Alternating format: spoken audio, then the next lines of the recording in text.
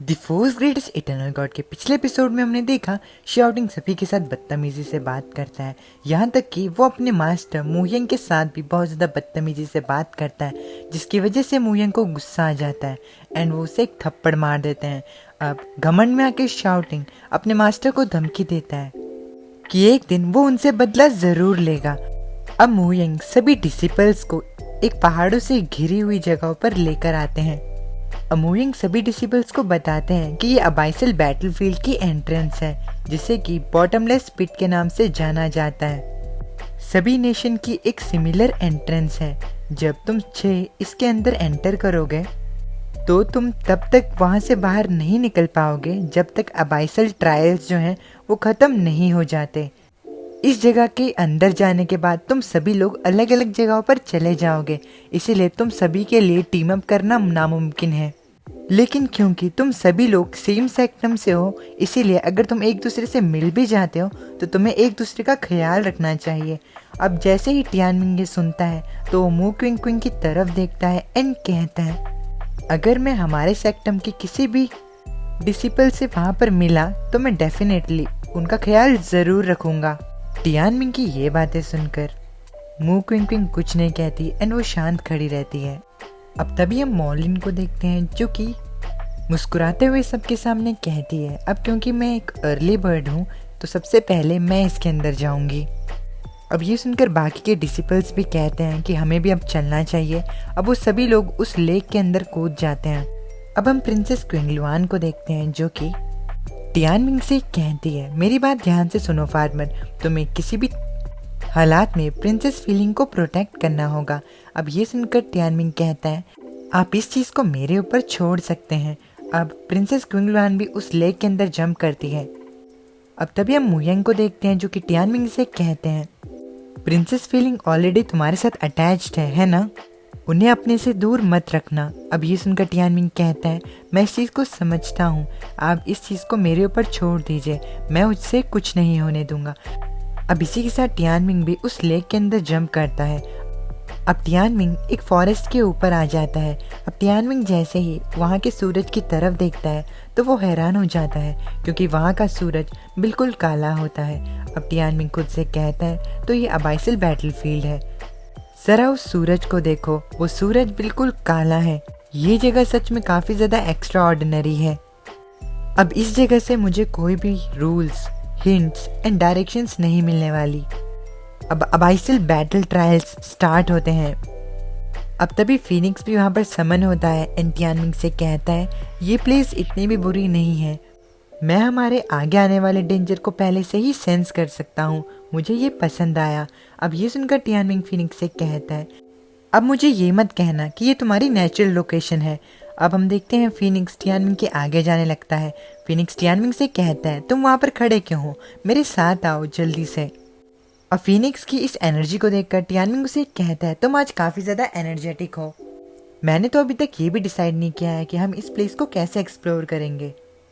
अब तभी princess feeling Tianming से कहती है कि उसे माना का ट्रेस मिला है। अब ये सुनकर टियानमिंग खुश हो जाता है एंड कहता है, क्या माना, क्या माना को सेंस करना तुम्हारे उन फिंगर नेल्स की एक एबिलिटी है। अब तभी फीनिक्स भी कहता है, तुम हमें उस जगह के बारे में बताओ, मैं तुम्हें वहां तक लेकर जाता हूँ।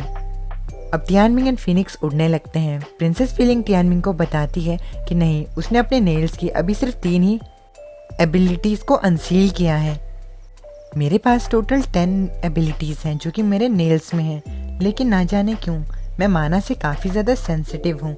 अब ये सुनकर टियानमिंग प्रिंसेस फीलिंग से कहता है, क्या आप माना से सेंसिटिव हैं, ये तो काफ़ी ज़्यादा ऑसम चीज़ है, आप अपने और एबिलिटीज़ को अनसील कैसे कर सकती हैं जो कि आपके फिंगर नेल्स में है। अब प्रिंसेस फीलिंग कहते हैं, मुझे इस चीज़ के बारे में नहीं पता, लेकिन जब भी मैं आपके पास होती हूँ तब मैं उन्हें धड़कते हुए महसूस कर सकती हूँ। अब ये सुनकर टियानमिंग मुस्कुराते हुए कहता है, लगता है कि मैं काफ़ी ज़्यादा अच्छा दिखता हूँ, जिसकी वजह से जब प्रिंसेस फीलिंग मेरे पास होती है तो वो खुद को कंट्रोल नहीं कर पाती। अब इसी वजह से जो उसकी एबिलिटी सील्स हैं उन्हें अनलीश होने में मदद मिलती है। अब जैसे ही फीनिक्स से सुनता है तो वो टियानमिंग से कहता है, मुझे इस चीज़ पर शक है, लेकिन मेरे पास इस चीज़ का कोई प्रूफ भी नहीं है। अब जैसे ही प्रिंसेस फीलिंग ये सुनती हैं तो वो भी चुप रहती हैं। अब वो लोग एक खाई के पास पहुंचते हैं। प्रिंसेस फीलिंग टियानमिंग को बताती है कि जो माना है वो इस पहाड़ी के नीचे है। अब ये सुनकर टियानमिंग कहता है, क्या तुम इस चीज़ के बारे में श्योर हो? अब ये सुनकर प्रिंसेस फीलिंग टियानमिंग से कहती हैं, जी हाँ, मैं इसके बारे में श्योर हूँ। जब हम यहाँ पर पहुँचे थे तब मैं माना को अपने क्लोज सेंस कर पा रही थी। अब वो लोग सुनते हैं कि पहाड़ी के नीचे में एक केव है जिससे किसी बीस्ट के गुर्राने की आवाज़ आ रही है। अब ये आवाज़ सुनकर प्रिंसेस फीलिंग टियानमिंग को कहती है, लगता है कि इस पहाड़ी के नीचे काफ़ी ज़्यादा वाइल्ड बीस्ट हैं, क्या आपको डर नहीं लग रहा? अब ये सुनकर टियानमिंग कहता है, तुम इस चीज़ के बारे में चिंता मत करो, अगर नीचे डेंजर हुआ तो हम उस डेंजर को डिस्ट्रैक्ट करने के लिए फिनिक्स को पहले भेजेंगे और हम उसी समय में एस्केप भी कर लेंगे, तुम्हें कुछ नहीं होगा, इसीलिए तुम चिंता मत करो। अब जैसे ही फिनिक्स से सुनता है तो वो गुस्से में आकर टियानमिंग से कहता है, तुम काफ़ी ज़्यादा बेशर्म हो। अब वो दोनों नीचे जाते हैं। अब नीचे जाकर उन्हें एक केव दिखती है। उस केव को देखकर प्रिंसेस फीलिंग कहती है कि यही वो केव है जिसके अंदर माना रखा हुआ है। अब टियानमिंग उस केव को देखकर कहता है, इस केव के अंदर से लाइट आ रही है, ज़रूर ये माना की ही लाइट होगी।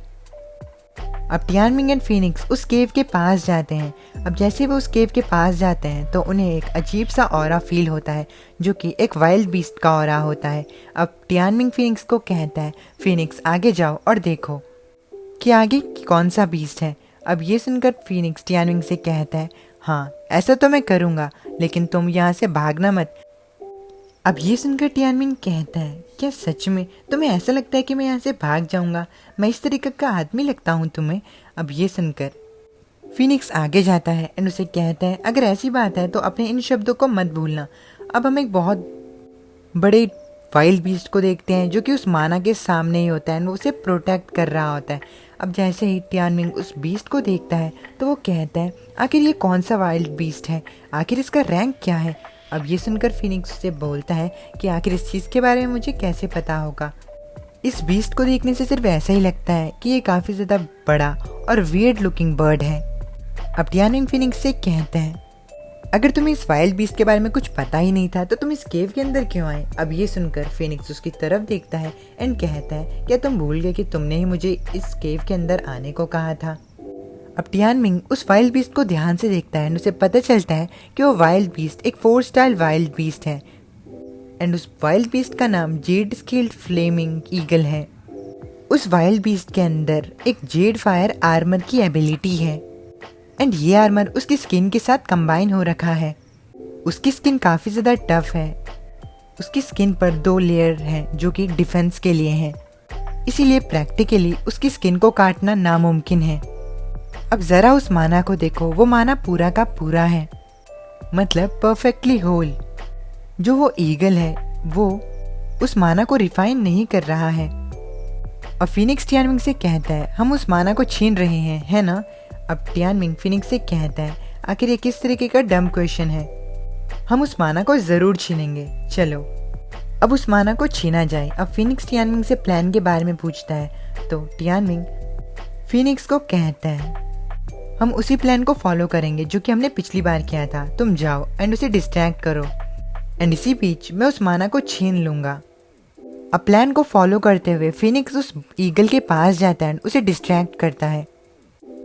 फिनिक्स उस ईगल को काफ़ी ज़्यादा उल्टा सीधा कहता है जिसकी वजह से वो ईगल गुस्से में आकर सबसे पहले तो माना को अपने हाथ में लेता है, जिसके बाद वो अपनी स्किन के अंदर उस माना को डाल देता है। ये देखकर टियानमिंग एंड फिनिक्स काफ़ी ज़्यादा हैरान हो जाते हैं। अब फिनिक्स टियानमिंग से कहता है, उसने उस माना को अपने बॉडी के अंदर स्टफ कर दिया, ये तो काफ़ी ज़्यादा अजीब मूव था।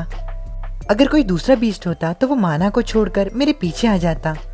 अब वो ईगल बीस्ट काफ़ी ज़्यादा गुस्से में आ जाता है, जिसके बाद वो रोर करते हुए फिनिक्स के पीछे पड़ जाता है। अब फिनिक्स अपनी जान के लिए भागते हुए कहता है, प्लान जो है वो फेल हो चुका है, ये बीस्ट पागल नहीं है, उसने माना को अपने अंदर स्टोर कर लिया, मुझे बचाओ। अब ये देखते हुए टियानमिंग अपनी चेन को बाहर निकालता है एंड उस ईगल पे अपना attack blazing dragon chain build को इस्तेमाल करता है। अब अटैक को करने के बाद टियानमिंग एक जगह पर बैठकर चैन की सांस लेता है, लेकिन तभी वो देखता है कि उस ईगल को उसके अटैक से बिल्कुल भी फर्क नहीं पड़ा है। ये देखकर फिनिक्स एंड टियानमिंग हैरान हो जाते हैं। अब टियानमिंग फिनिक्स से कहता है, ये उसका जेड फायर आर्मर था जो फिजिकल अटैक हैं वो उसे कोई भी इफेक्ट नहीं पहुंचाएंगे। अब ये सुनकर फिनिक्स कहता है अगर उसके ऊपर फिजिकल अटैक इस्तेमाल नहीं किए जा सकते तो चलो मैं उसे अपनी इन्फीरियल ब्लेज अटैक का एक टेस्ट देता हूँ। और फिनिक्स उस ईगल पे अपनी इन्फीरियल ब्लेज को इस्तेमाल करता है, लेकिन वो हैरान हो जाता है जब वो देखता है कि उस बीस्ट ईगल को कुछ भी नहीं हुआ। अब टियानमिंग एंड फिनिक्स काफ़ी ज़्यादा हैरान हो जाते हैं, जिसके बाद फिनिक्स टियानमिंग से पूछता है कि अब हमें क्या करना चाहिए। अब इसी के साथ हमारा ये वाला एपिसोड यहीं पर ख़त्म हो जाता है। उम्मीद है कि आपको ये वाला एपिसोड पसंद आया होगा। प्लीज़ चैनल को सब्सक्राइब ज़रूर से करिएगा। मैं मिलता हूँ आपको नेक्स्ट वीडियो में, तब तक के लिए बाय बाय।